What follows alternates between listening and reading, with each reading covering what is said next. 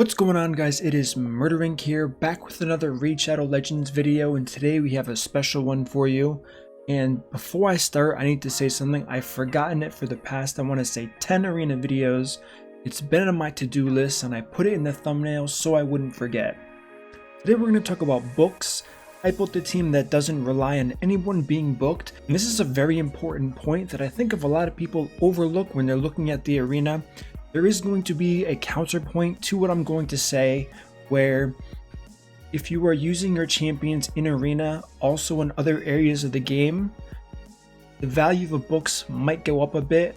However, that still doesn't take back from the main purpose of what I'm trying to tell you right now, which is going to be which champions should you be booking and which champions should you not be booking. Now, books for rare champions and under, everyone knows we really get a lot of those. Epic books and legendary books can be quite a problem, especially if you're not spending any money.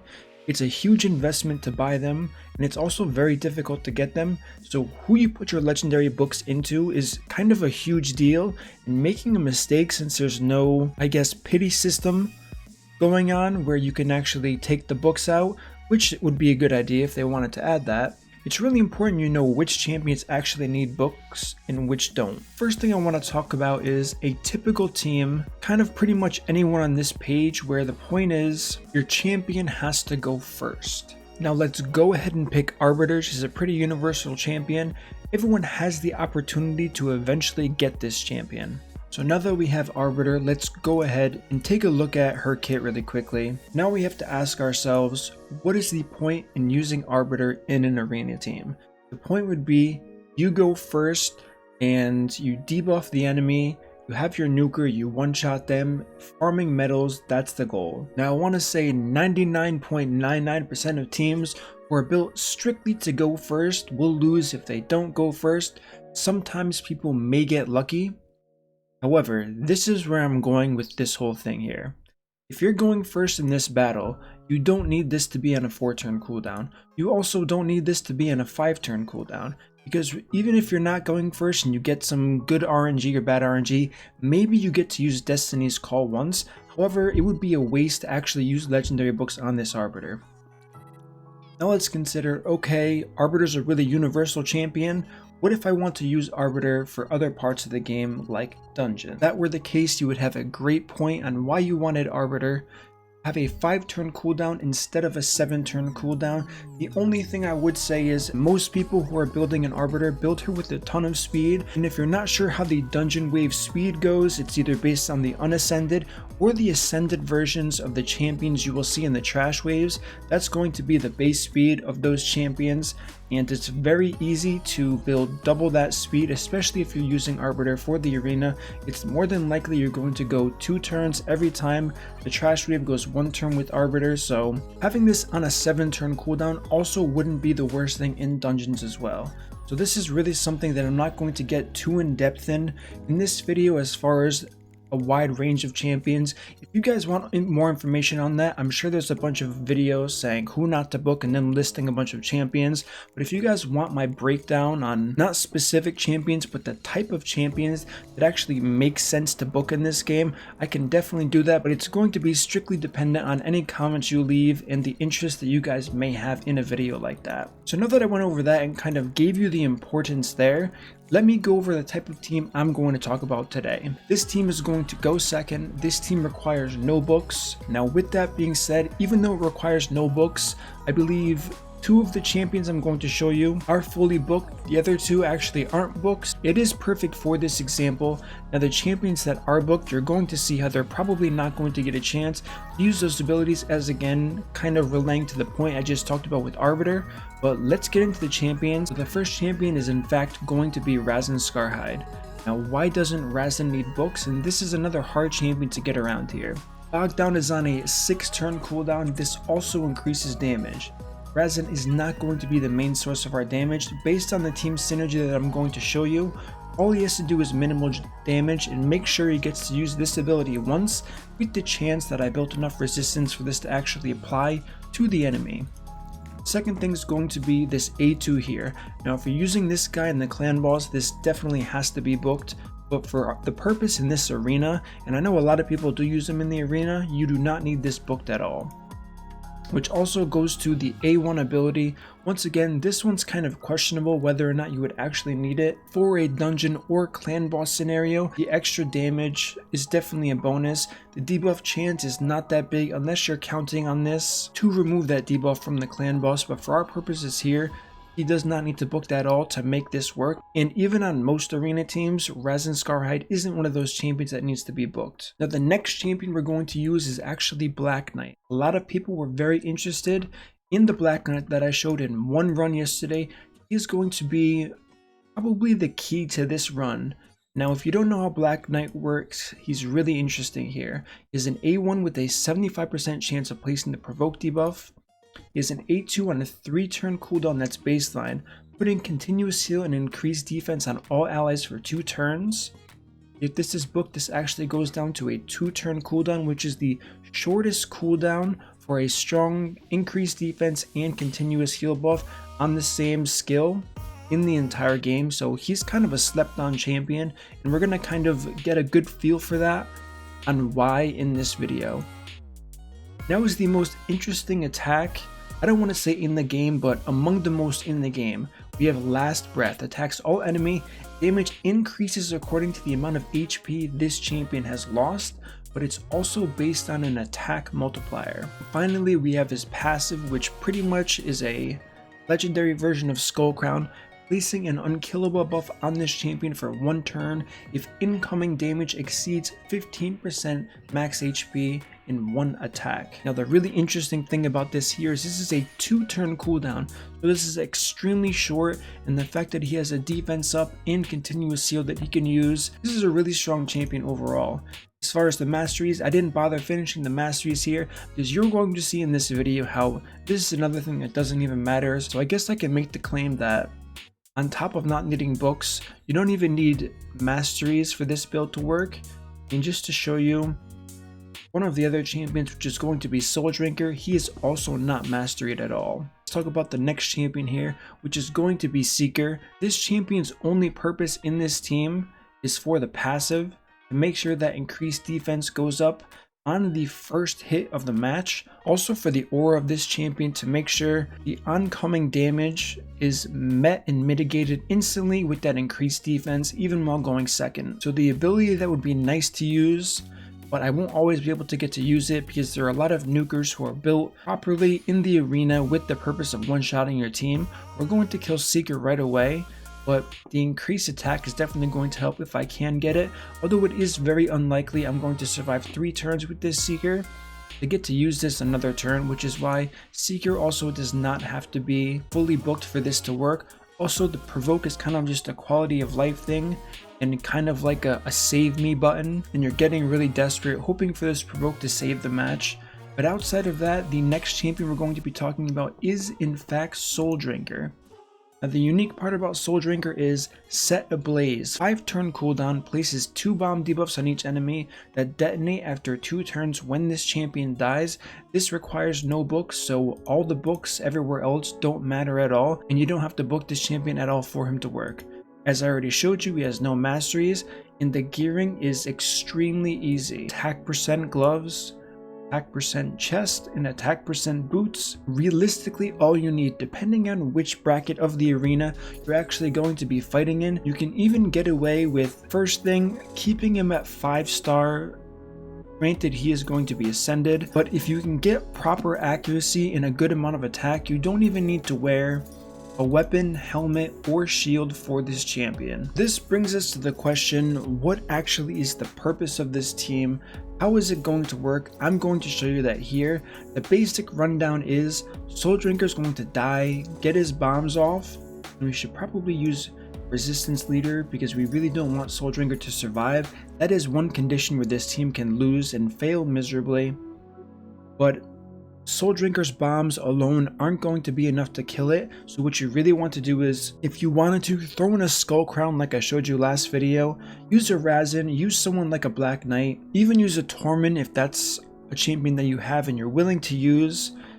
to make sure you're applying a little bit of AoE damage to make sure those bombs truly finish off the job once that 2-turn duration does expire. Now the biggest drawback to this team is going to be hitting the enemy too hard if they have the defensive tree, which is going to lead to them to, in a sense, to remove that debuff based on how hard they're actually getting hit. So now, as we can see here, Arbiter and Lord Shazar both have 1 duration left, so we are going to use this A3 Last Breath that we were talking about that scales on the amount of health Black Knight is missing as well as his attack, and let's see how much damage we can do here.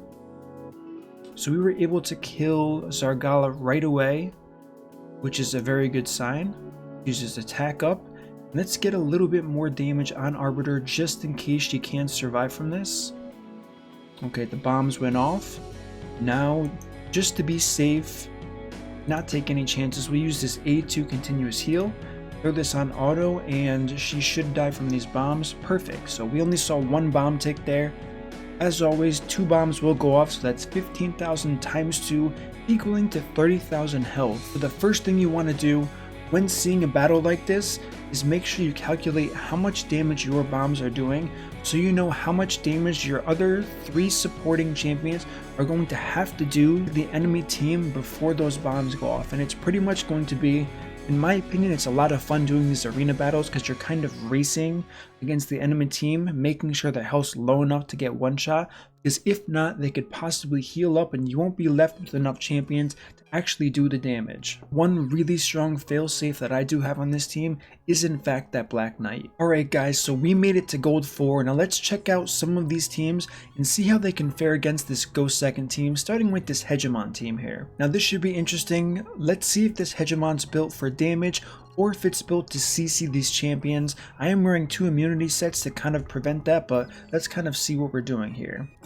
Okay, so now Skullcrown's going to kill. Perfect. We'll use this turn meter boost. Let's get some damage on Arbiter. We got the provoke. Not needed, but it's definitely fine. And let's try to AoE and see if we can provoke.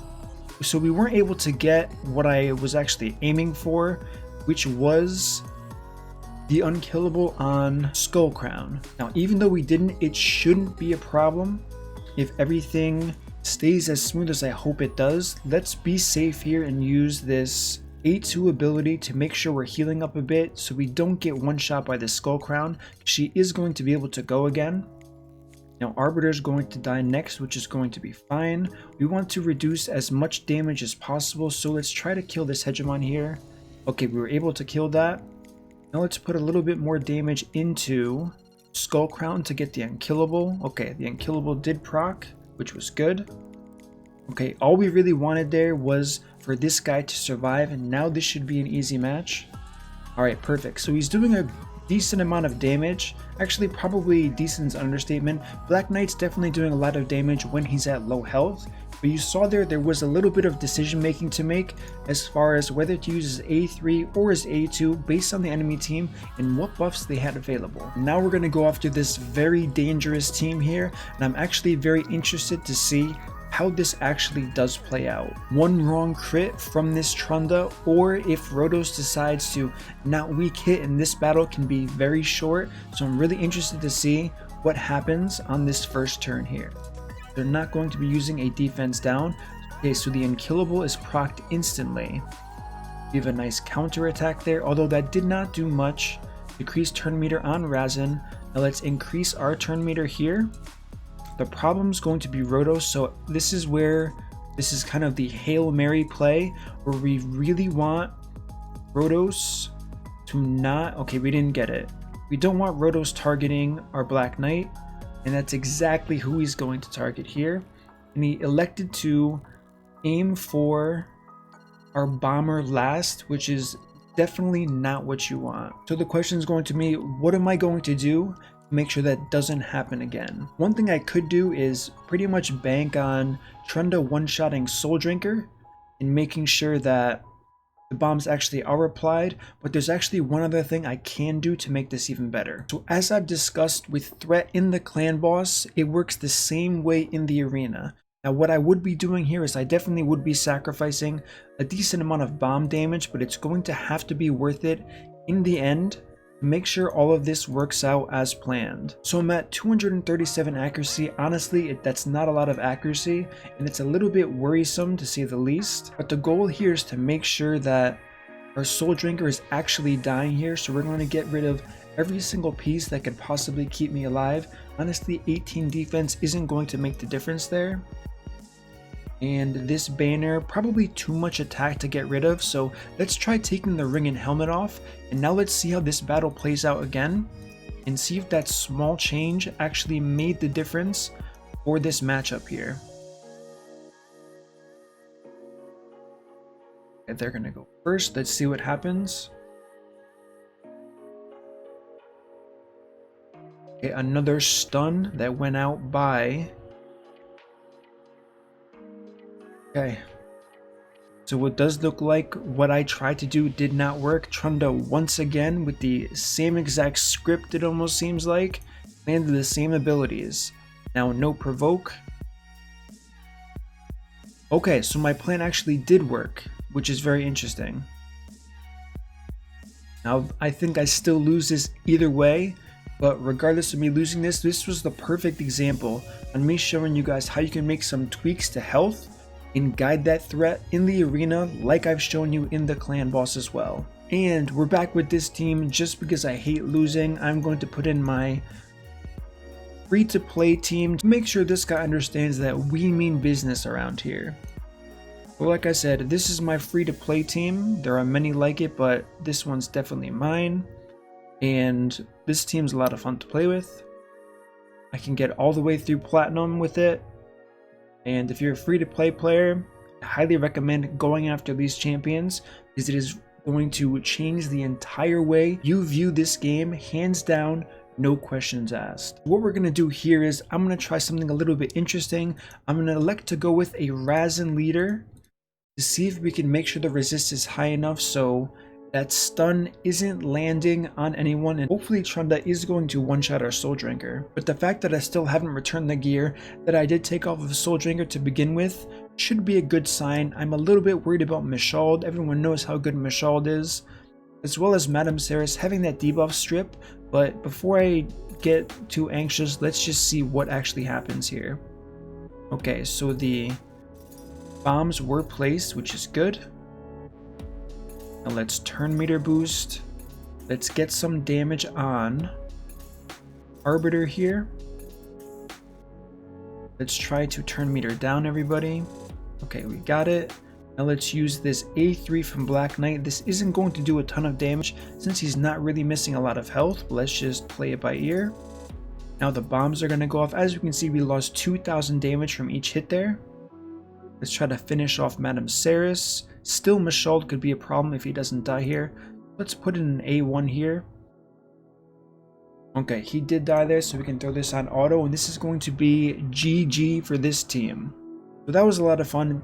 This is just to show you that this can work against the Masteries, but one thing to note, you don't want to build your team too slow, because if this team did in fact end up lapping me, they definitely would have won with that defense down and that attack down, which would have made it a huge problem. The bombs wouldn't have hit as hard, so on and so forth. So definitely keep that in mind if you're going to try to replicate a bomb style team with this using Black Knight or another champion that isn't commonly used. Now I'm definitely looking forward to this rework. I plan on staying in gold 4, not really messing around with platinum, so I can test out all of the reworked champions in gold 4, look for some special synergy, get those videos out to you guys. So once again, going back to the beginning of this video, let me know what you guys think. If you want to know which type of champion would need to be booked as opposed to not needing to be booked, since I've done hundreds of takeovers and I've actually played with every single legendary in this game, so I have a pretty good gauge on who needs books and who would never need books based on the progression content that they're going to be best suited for. So leave your feedback on that and let me know what you think. And that is going to wrap it up for my video today. Thank you all for watching. Don't forget, if you like this content, subscribe, turn on that notification bell so you're notified when my next video is dropped. And I will see you all in that next upload.